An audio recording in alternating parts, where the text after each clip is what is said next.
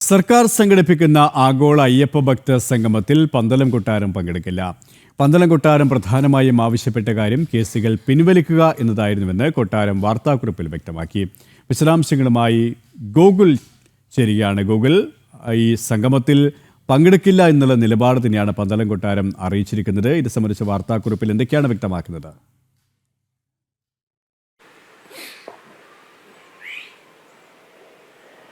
സുരേഷ്, കഴിഞ്ഞ ദിവസം Devaswom board president Pandalam കൊട്ടാരത്തിൽ നേരിട്ടെത്തി ആഗോള അയ്യപ്പ സംഗമത്തിലേക്ക് കൊട്ടാരം പ്രതിനിധികളെ ക്ഷണിച്ചിരുന്നു. ഈ വേളയിൽ കൊട്ടാരം അധികൃതർ പ്രധാനമായിട്ടും ദേവസ്വം ബോർഡിനോടും സർക്കാരിനോടും ആവശ്യപ്പെട്ടിട്ടുള്ള ചില കാര്യങ്ങളുണ്ടായിരുന്നു.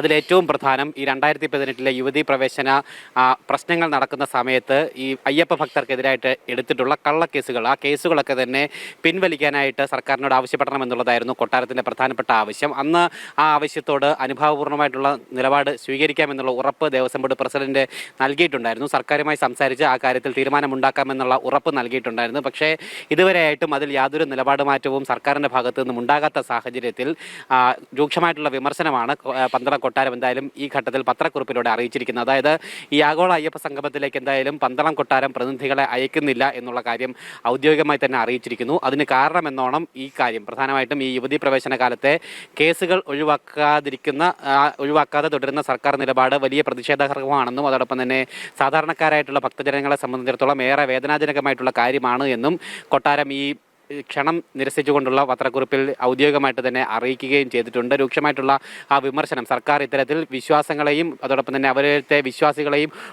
ഉൾക്കൊള്ളുന്ന രീതിയിൽ അവരെ സംരക്ഷിക്കുന്ന രീതിയിലുള്ള നിലപാട് സർക്കാർ സ്വീകരിക്കേണ്ടത് അത്യാവശ്യമാണ്. അത്തരത്തിലുള്ള പ്രവർത്തനമാണ് സർക്കാരിൻ്റെ ഭാഗത്തു നിന്ന് ഉണ്ടാകേണ്ടത്. അതല്ലാത്ത ഏതൊരു രീതിയിലുള്ള പ്രവർത്തനത്തെയും ഒരു തരത്തിലും ന്യായീകരിക്കാനും ഒരു തരത്തിലും പിന്തുണയ്ക്കാനും സാധിക്കാത്തതാണ് എന്നും കൊട്ടാരം ഔദ്യോഗികമായിട്ട് അറിയിച്ചിട്ടുണ്ട്. എന്തായാലും അതുകൂടാതെ തന്നെ ഈ പന്തളം കൊട്ടാരത്തിലെ ചില പ്രതിനിധികൾ, രണ്ടോളം പ്രതിനിധികൾ കഴിഞ്ഞ 2 ദിവസങ്ങളിലായിട്ട് മരണപ്പെട്ടൊരു സംഭവങ്ങൾ ഉണ്ടായിരുന്നു. അതുമൂലം അശുദ്ധി നിലനിൽക്കുന്നുണ്ട് കൊട്ടാരത്തിലെ പ്രതിനിധികൾക്ക്. സെപ്റ്റംബർ 27 മാത്രമേ അശുദ്ധി പൂർത്തിയാവുകയുള്ളൂ. അതുകൊണ്ട് തന്നെ അതും ഒരു കാരണമായിട്ട് ഈ ഇത്തരത്തിലുള്ള സംഗമങ്ങളിൽ പങ്കെടുക്കാനായിട്ട് സാധിക്കാത്തതിലുള്ള കാരണമായിട്ട് ഔദ്യോഗികമായിട്ട് കൊട്ടാരം അറിയിച്ചിരിക്കുന്നു. കൊട്ടാരം നിർവാഹക സംഘം സെക്രട്ടറി സുരേഷ് വർമ്മയാണ് ഔദ്യോഗിക പത്രക്കുറിപ്പ് അല്പസമയം മുമ്പ് ഇറക്കിയിരിക്കുന്നത്. പ്രധാനമായിട്ടും സർക്കാരിന് രൂക്ഷമായിട്ടുള്ള വിമർശനം ഈ കേസുകളുമായി ബന്ധപ്പെട്ട് നിലനിൽക്കുന്നു. അതോടൊപ്പം തന്നെ ഈ അയ്യപ്പ സംഗമത്തിലേക്ക് പങ്കെടുക്കാനായിട്ട് പോകുന്നില്ല എന്നുള്ളൊരു നിലപാടും കൊട്ടാരം ഔദ്യോഗികമായിട്ട് അറിയിച്ചിരിക്കുകയാണ്. ശരി, പത്തനംതിട്ടയിൽ നിന്നും ഗോകുലാണ് വിശദാംശങ്ങൾ നൽകിയത്.